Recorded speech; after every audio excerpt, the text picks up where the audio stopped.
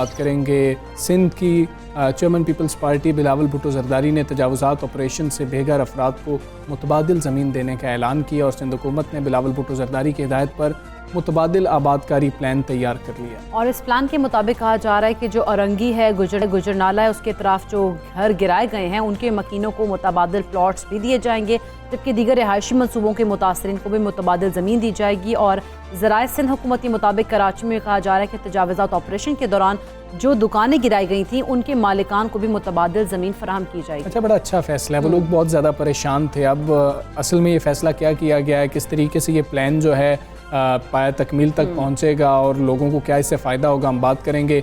Pakistan peoples party की रहनुमा रुबीना खानी साहिबा हमारे साथ मौजूद हैं। रुबीना साहिबा अस्सलाम वालेकुम, गुड मॉर्निंग। बड़ा अच्छा फ़ैसला किया गया है और तजावुज़ात का शिकार होने वाले मुतासरीन को प्लॉट देने की जो स्कीम है इसका कब तक बाकायदा ऐलान कर दिया जाएगा, कब तक इसका आगाज़ हो जाएगा? जी बिल्कुल, जिस तरह से हमेशा आप देखें कि पाकिस्तान पीपल्स पार्टी का एक जो है वो स्लोगन भी है हमारा कि जो गरीब आवाम के लिए जो है रोटी, कपड़ा और मकान। और जब जो ख़ास तौर पर इस तरह के जो माजी में आप देखें कि अगर कोई चीज़ जिस तरह से कहीं पर जिस तरह से गुजर नाला है या इंक्रोचमेंट हुई है, क्योंकि गरीब को तो कोई भी जगह चाहिए होती है अपना घर बनाने के लिए, और वो उन्होंने अगर किया कोई माजी में जो इक़दाम हुआ उसके सिलसिले में, तो अब पाकिस्तान पीपल्स पार्टी ज़ाहिर सी बात है कि जिस तरह से बहुत सारी चीज़ें जिस तरह से गुजर नाला है या कहीं पर भी अगर इंक्रोचमेंट होती है तो उससे मामूल की ज़िंदगी और ख़ास तौर पर जो है वो बहुत ज़्यादा मुतासिर होती है।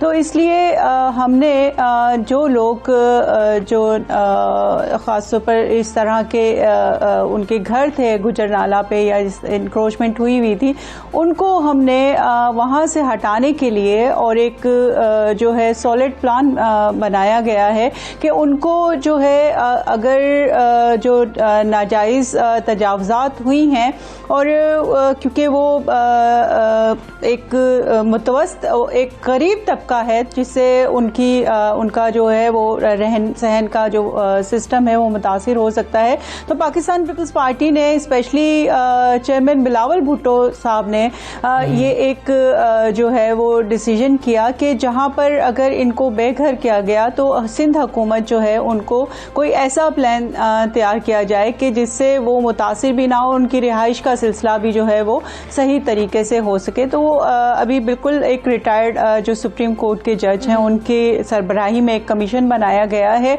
और उसमें जो है वो आगे देखा जाएगा कि किस तरह से जो है उनको आगे अकोमोडेट किया जाए। 80 गज के प्लॉट्स में ख्याल से उनको दिए जाएंगे जहाँ पर वो अपनी रिहाइश कर सकेंगे। अच्छा रुबीना साहिबा, अगर शफाफियत की बात करें तो प्लॉट्स की तकसीम को शफाफ कैसे बनाया जाएगा, कैसे इंश्योर करेंगे कि हकदार को उसका हक मिले? कहीं ये तकसीम भी सियासी बुनियादों पर तो नहीं होगी?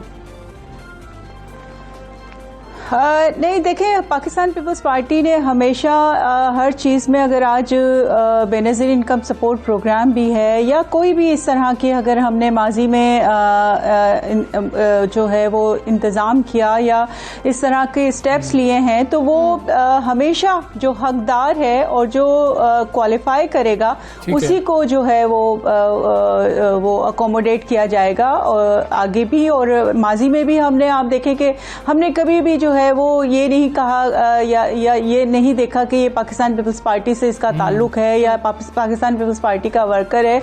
हमने जो भी गरीब अगर कोई भी वो क्वालिफाई करता है उस क्राइटेरिया में उतरता है तो उसको उसी तरह से हमने जो है वो फैसिलिटेट किया है और आगे भी करेंगे इस कमीशन के। ठीक है रुबीना साहब, ये बताइएगा अभी तक कोई तखमीना लगा लिया गया है, कुछ अंदाज़ा लगाया गया है कि कितना नुकसान हो गया है, कितना खर्चा आएगा सिंध हुकूमत को जो है लोगों की अगर मदद करनी है तो उस पर सिंध हुकूमत को कितना बजट मुख्तस करना पड़ेगा?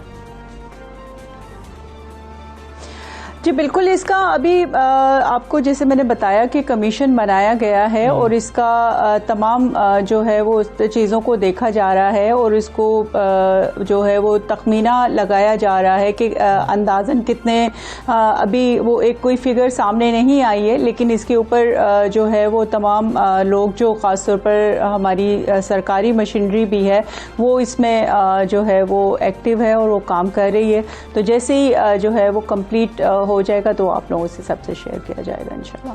सही। अच्छा, रुबीना कायम खानी साहब, इस बारे में बात करते हैं क्योंकि सिंध असम्बली में जिस तरह से हम देख रहे थे कि माहौल जो है काफ़ी कशीदा रहा है, तो इस माहौल को साजगार कैसे बनाया जाएगा, कैसे आप लोग इन तमाम चीज़ों को ठीक करेंगे? क्योंकि अगर देखा जाए तो बेंचेस पर तो वहाँ पर आप लोग मौजूद हैं ना, अवाम के हक़ में हम लोगों ने बात करनी है, अवाम के मसाइल हल करने हैं, तो ये आप नहीं समझती कि वज़ीर आला जो मुराद अली शाह है उनको खुद आगे आना होगा और इन तमाम तर मामलात को ठीक करना होगा?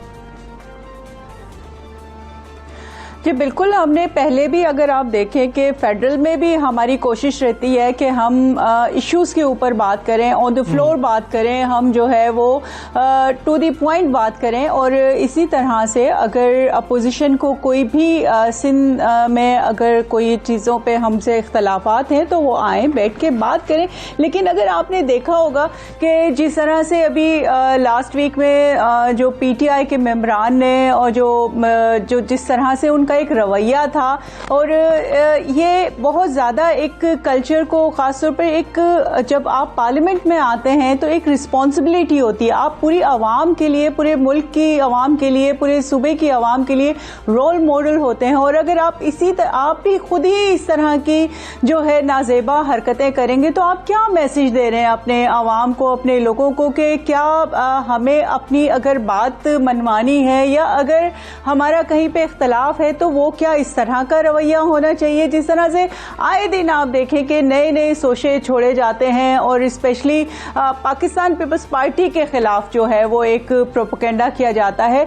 तो मैं ये कहूँगी कि इस कल्चर को ख़त्म होना चाहिए और एक जो ख़ास तौर पर जो एक रिस्पेक्टफुल तरीके से अपनी बात आप ऑन द फ्लोर रखें, आपकी बात सुनी जाएगी। और हम तो फिर भी कह रहे हैं कि इनके इन हरकत की वजह के बावजूद जो है सिंध हुकूमत हमेशा जो है वो दावत देती रही है कि आए एक टेबल पे बैठे, अगर कहीं पे इश्यूज हैं तो उनको मिल बैठ के जो है सॉर्ट आउट करना चाहिए, ना कि ये चारपाइयां लेकर आना, बिस्तर लेकर आना, जनाजे, मतलब आप तो फिर फेडरल में जाके इस तरह की हरकत करें ताकि, क्योंकि पूरी जो आवाम मुल्क की जो है वो मुतासिर हो रही है। अगर यही तरीका अगर आपने अपनाना है तो पहले तो अपने इमरान खान साहब के सामने यहाँ पर ये बताइएगा, जब कौमी असम्बली की बात होती है तो जिम्मेदारी हुकूमत पर, पाकिस्तान तहरीक इंसाफ पर और उनके इत्तेहादियों पर डाली जा रही होती है, क्योंकि हुकूमत की ज़्यादा जिम्मेदारी होती है अपोजिशन से कि वो ईवान को बेहतर तरीके से चलाएं। लेकिन जब सिंध असम्बली की बात होगी तो फिर तो पीपल्स पार्टी से ये सवाल किया जाएगा।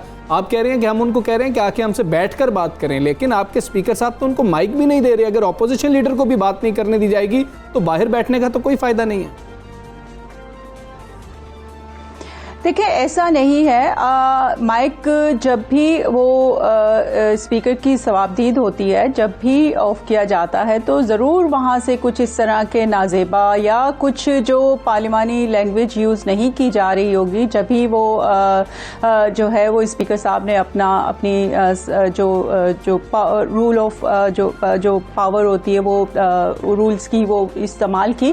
और ज़रूर, क्योंकि हम भी मैं तो 15 इयर्स जो है वो पार्लियामेंट का हिस्सा रही हूँ, तो जब भी ये चीज़ें होती हैं, जब कोई भी मेंबरान जो है वो कोई भी अपनी मतलब गैर पार्लिमानी लैंग्वेज यूज़ करता है, और वो आपने देखा ही है कि PTI के लोग जो हैं वो किस तरह से जो है वो अपनी लैंग्वेज वो इस्तेमाल करते हैं जो कि बहुत ही ज़्यादा नाजेबा होती है और वो जो रिकॉर्ड पे लाने के काबिल नहीं होती, तो उसको स्पंज किया जाता है या फिर माइक बंद कर दिया जाता है। तो ये स्पीकर की सवाबदीद होती है और उन्होंने जो समझा होगा, आई थिंक उस वक्त जो माहौल होगा उसके मुताबिक। रुबीना साहिबा, बहुत शुक्रिया आपका। सब सवेरे पाकिस्तान से आप बात कर रही थी। स्पीकर की सवाबदीद होती है, लेकिन अपोजिशन लीडर को आप उधर से बजट पेश हो रहा हो, फाइनेंस बिल पेश हो रहा हो और बात ही ना करने दें, ऑपोजिशन लीडर बात ही ना कर सके, तो ऐसी सवाबदीद पर ही क्वेश्चन उठाए जा रहे हैं कि आपको कौमी असम्बली में जहाँ पर आप अपोजिशन में हैं वहाँ पर अपोजिशन लीडर नून लीग के हैं, लेकिन बिलावल साहब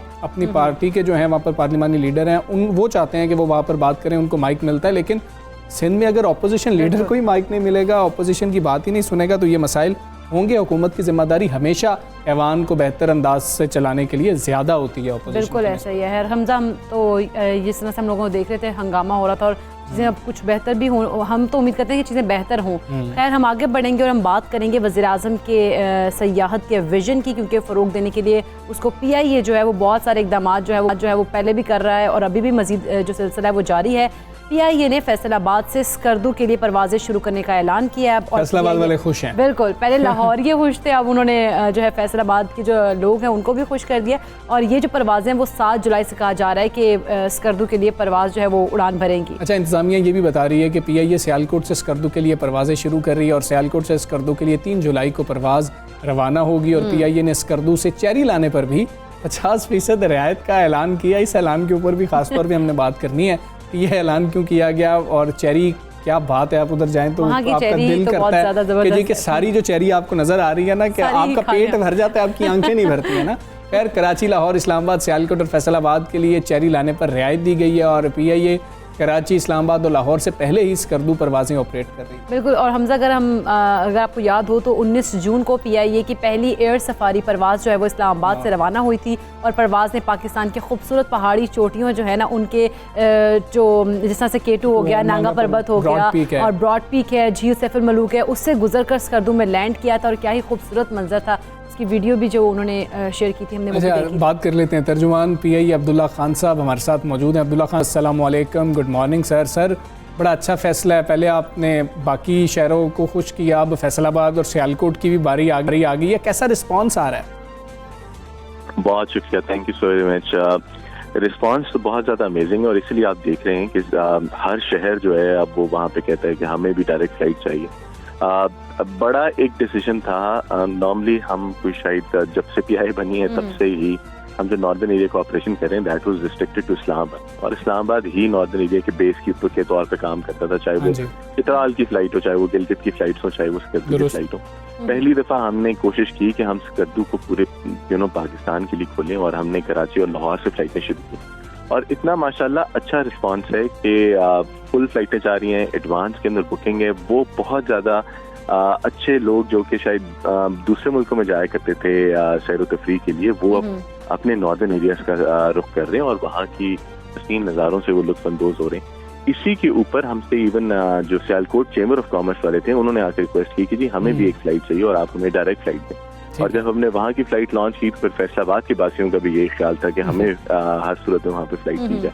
तो अब जिस तरह आपको पता है कि अब स्कर्दू के ऊपर कराची, इस्लामाबाद, लाहौर, फैसलाबाद और सियालकोट से अब डायरेक्ट परवाजें जो हैं वो ऑपरेट कर रही हैं स्कर्दू के लिए। और आप चंद मिनटों के अंदर जितनी आजकल शदीद गर्मी है वहाँ से निकल के आप एक इंतहाई खूबसूरत मौसम के अंदर आप मिनटों के अंदर पहुँच जाते हैं। इस तरह का एक्सपीरियंस तो पहले कभी किसी के पास नहीं था। अच्छा अब्दुल्ला साहब, जिस तरह से हम देख रहे हैं कि रिस्पांस आपको अच्छा आ रहा है कि आने वाले दिनों में दूसरे दीगर जो शहर हैं उनके अंदर भी फ्लाइट्स का सिलसिला शुरू किया जाएगा, और दूसरी एक हमने ये सुना है कि ऐलान किया गया चेरी के ऊपर कि 50% डिस्काउंट भी मिलेगा। कोई खास वजह है चेरी वहाँ से जब यहाँ हम लेके आएंगे तो?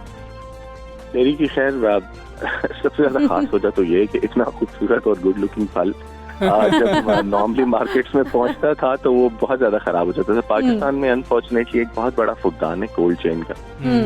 आप देखते हैं कि हालांकि पाकिस्तान में भी फ्रेंच चेरी उगती है कि दुनिया भर में अच्छी फ्रांसीसी चेरी और दूसरे जो मुल्क चेरी प्रोड्यूस करते हैं वो आपको बिल्कुल फ्रेश जो है वो आपकी दुकानों के ऊपर मिलती है। लेकिन पाकिस्तान में जब वो आप उनको 32 घंटे का सफर करवा के इस गर्मी के अंदर जब आप उनको नीचे वाले इलाकों में लेके आते हैं तो उसकी वो रहती नहीं, उसकी जो मजा है ना वो उस तरीके का नहीं रहता। तो बहुत ज्यादा इस बात की डिमांड थी कि जी मार्केट्स के अंदर चेरी आनी चाहिए, और हमने कहा कि पहला साल है, नई फ्लाइटें शुरू हो रही है, हमें इसके ऊपर एक इंसेंटिव भी देना चाहिए ताकि ये एक रूट स्टैब्लिश हो जाए, लोग आए और यहाँ से चेरी आए। और आप अगले शायद चंद दिनों के अंदर आप ये नोट करेंगे कि इवन कराची जैसे शहर के अंदर आपको फ्रेश चेरी मिलेगी बिकॉज वो डायरेक्ट फ्लाइट की परवाह से होती है। ठीक है सर, एक और चीज़ भी बताइएगा, अगर हम देखें तो मौसम का बड़ा अमल दखल होता है जब हम फ़्लाइट्स की बात कर रहे होते हैं, तो स्कर्दू के मौसम को देखते हुए क्या ये देखा गया है कि शायद शरह ज़्यादा होगी, फ़्लाइट्स कैंसिल ज़्यादा हो जाएंगी, तो उस नुकसान को कैसे पूरा किया जाएगा? देखिए, ये एक बिल्कुल एक रियल मसला तो है, बिकॉज वहाँ का वेदर बहुत ज़्यादा अनप्रडिक्टेबल और अक्सर वैली से ज़्यादा रूट का वेदर ख़राब होता है, और चूंकि ये ट्रेन मुश्किल है तो वहाँ पे नॉर्मली हम रिस्क नहीं लेते और हम फ्लाइट कैंसिल कर लेते हैं।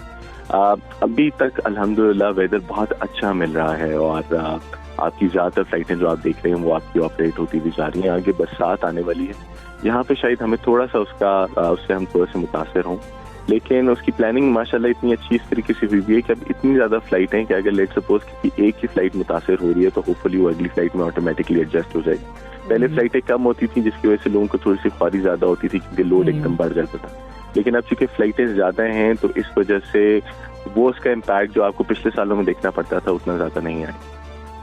ठीक है, बहुत शुक्रिया आपका अब्दुल्ला खान साहब। सुबह सवेरे पाकिस्तान से आप बात कर रहे थे, लोग बहुत ज़्यादा खुश हैं क्योंकि अब वो डायरेक्टली वहाँ पर जा सकते हैं। अब लाहौर का रुख नहीं करना पड़ रहा होगा फैसलाबाद के बासियों को, ना सियालकोट वालों को लाहौर या इस्लामाबाद जाना पड़ रहा होगा। अब अपने शहर से उड़ान भरेंगे और स्कर्दू और कुछ ही देर में। बिल्कुल पहले जो है ना हमजा, बहुत ज़्यादा लंबा सफ़र तय करना पड़ता था और फिर जाना पड़ा इस तरह के ठंडे मकाम पे इतनी गर्मी में से निकल कर, लेकिन अब जो है PIA ने बड़ी आसानी कर दी है और जो है सफ़र कम कर दिया और कुछ ही लम्हों में आप ठंडे मौसम को एंजॉय भी कर सकेंगे। अच्छा, अब कमसिन कोपहमा की भी तो बात कर लें, सलीना ख्वाजा की बात कर लेते हैं। छोटी सी उम्र है और वो बड़े बड़े ख्वाब लेके अगर हम बात करें तो एक चोटी पहले ही सर कर चुकी है, पाकिस्तान का सब्ज़ लाली परचम वहाँ पर लहरा चुकी है और उनकी कोपहमाई का अब जो अगला कदम है वो 8,047 मीटर बुलंद चोटी ब्रॉड पीक है जिसको वो सर करना चाह रही हैं। ज़बरदस्त, और उन्होंने इसके लिए मुहिम भी शुरू कर दी है। हमारे नुमाइंदे रजब कमर सलीना के साथ ही मौजूद हैं, उनसे बात करेंगे। रजब, आगाह कीजिएगा,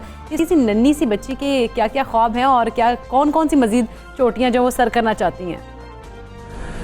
जी हाँ, बिल्कुल, शौक़ का कोई मोल नहीं होता। इसी जज्बे को लेकर पाकिस्तान की कमसिन छोटी बच्ची है सलीना ख्वाजा, जो कि ब्रॉड पीक की चोटी पर पाकिस्तान का सबज़ हिलाली परचम लहराने के लिए बेताब है। सलीना ख्वाजा जो है इससे पहले भी 6,000 मीटर पहाड़ी चोटियों पर पाकिस्तान का सबज़ हिलाली परचम जो है वो लहरा चुकी हैं। इन्हीं से हम जानते हैं कि 8,000 मीटर बुलंद और ब्रॉड पीक की चोटी पर जो है पाकिस्तान का सबज़ हिलाली परचम इस छोटी उम्र में लहराने का इन्हें कैसे ख्याल है? जी सलीना, जो भी मैंने बाहर चढ़े हैं वो माउंट एवरेस्ट की तैयारी के लिए। अभी मैं ब्रॉड पीक करने जा रही हूँ। इससे पहले मैंने 6,000 मीटर की पहाड़ियाँ की हुई है शिमशाल रीजन में, और कुछ साल पहले मैं आई थी इधर स्पेंटिक पीक करके गई थी 7,027 मीटर, और अभी मैं ब्रॉड पीक के लिए जा रही हूँ। और ये सारे वो हैं माउंट एवरेस्ट के जो 2 रिकॉर्ड बने हुए हैं वो तोड़ने के लिए। जी, सलीना ख्वाजा का कहना है कि उन्होंने पहले भी 6,000 मीटर 2 पहाड़ी चोटियों पर जो है वो पाकिस्तान का सबज़ हिलाली परचम लहरा चुकी हैं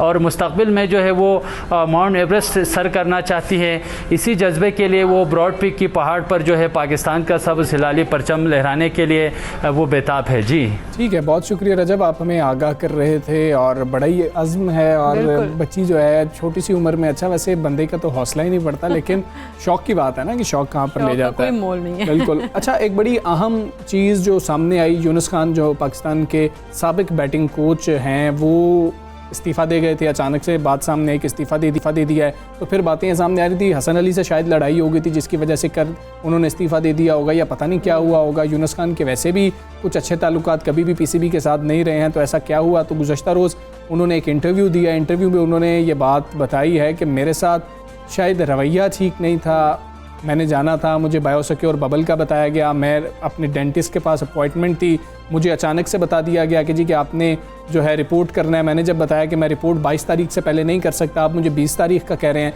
तो ये पॉसिबल नहीं है। तो एक PCB के कोई इंतज़ामी उमूर के कोई शख्स हैं, उन्होंने मुझे फ़ोन किया, उनका नाम तो उन्होंने नहीं लिया, उन्होंने करके कहा कि तुम्हें नहीं पता कि हफीज़ के साथ हमने क्या किया था, तो तुम ये कैसे कर रहे हो? तो यूनुस खान ने कहा, वहाँ भी मैंने उनको रोक दिया और मैंने फ़ैसला किया कि अब मैं मज़ीद आपके साथ नहीं चलूँगा। हमजा खामोशी तोड़ दी उन्होंने और तहलका हेज़ इंकशाफात जो हैं वो सामने आ ही गए अब आखिर, और उन्होंने ये जो बातचीत की है ये काफ़ी हैरान कुन है। बिल्कुल। माजिद भट्टी साहब हमारे साथ मौजूद हैं, माजिद भट्टी साहब से उनका लेंगे। भट्टी साहब अस्सलाम वालेकुम, good morning sir. Yunus Khan खामोश रहने वाले तो नहीं हैं, और उन्होंने जब खामोशी तोड़ी है तो फिर से ऐसी चीज़ सामने आई है कि उनको कोई बात पसंद नहीं आई। खास तौर पर बात यह कि तुम्हें नहीं पता हफीज़ के साथ हमने क्या किया था। सर, ये पीसीबी कर क्या रहा है? गुड मॉर्निंग हमजा, आपको भी सुबह खैर। सबसे पहले तो माजरत, मुझे शुरू है मेरी आवाज़ अगर किसी को नागवार गुजरे तो। नहीं सर, अल्लाह आपको सेहत दे, आवाज़ ठीक आ रही है आपकी। असल में पाकिस्तान क्रिकेट बोर्ड के डायरेक्टर इंटरनेशनल क्रिकेट है जाकिर खान जी। उन्होंने इशारों किनायों में जाकिर खान का नाम भी लिया। फिर जो सामने एंकर बैठे हुए थे उन्होंने नाम लिया। जाकिर खान का नाम लिया तो यूनुस खान ने कहा कि ये आपके जराए बता रहे हैं, मैं आपको नहीं बता रहा। दरअसल जब ये मामला सारा यूनुस खान के इस्तीफे का हुआ था तो पाकिस्तान क्रिकेट बोर्ड और यूनुस खान के दरमियान एग्रीमेंट ये हुआ था जी कि दोनों एक दूसरे के खिलाफ कोई बयानबाजी नहीं करेंगे। फिर दो खबरें मीडिया में आई। पहली ये थी कि यूनुस खान ने डेंटिस्ट से अपॉइंटमेंट लिया हुआ था, वो वजह बना। फिर हसन अली का वाकया जो था वो सामने आया। तो यूनुस खान का ख्याल था कि पाकिस्तान क्रिकेट बोर्ड में कुछ लोग हैं जो इन चीजों को बाहर लाना चाहते हैं। बल्कि उन्होंने अपने इंटरव्यू में ये भी कहा कि पाकिस्तान क्रिकेट बोर्ड में खबरें लीक करने के नलके लगे हुए जिनके जरिए खबरें लीक की जा रही है जी। तो जाकिर खान खुद भी टेस्ट क्रिकेटर रहे हैं जी।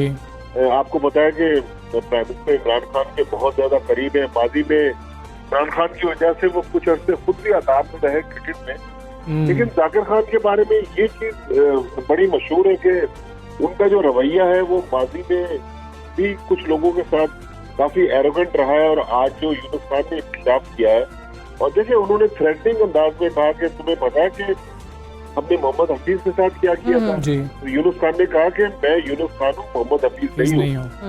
तो हमजा, मैं अक्सर एक बात कहता रहता हूँ कि पाकिस्तान क्रिकेट को नुकसान पहुंचाने वाले भी क्रिकेटर्स हैं।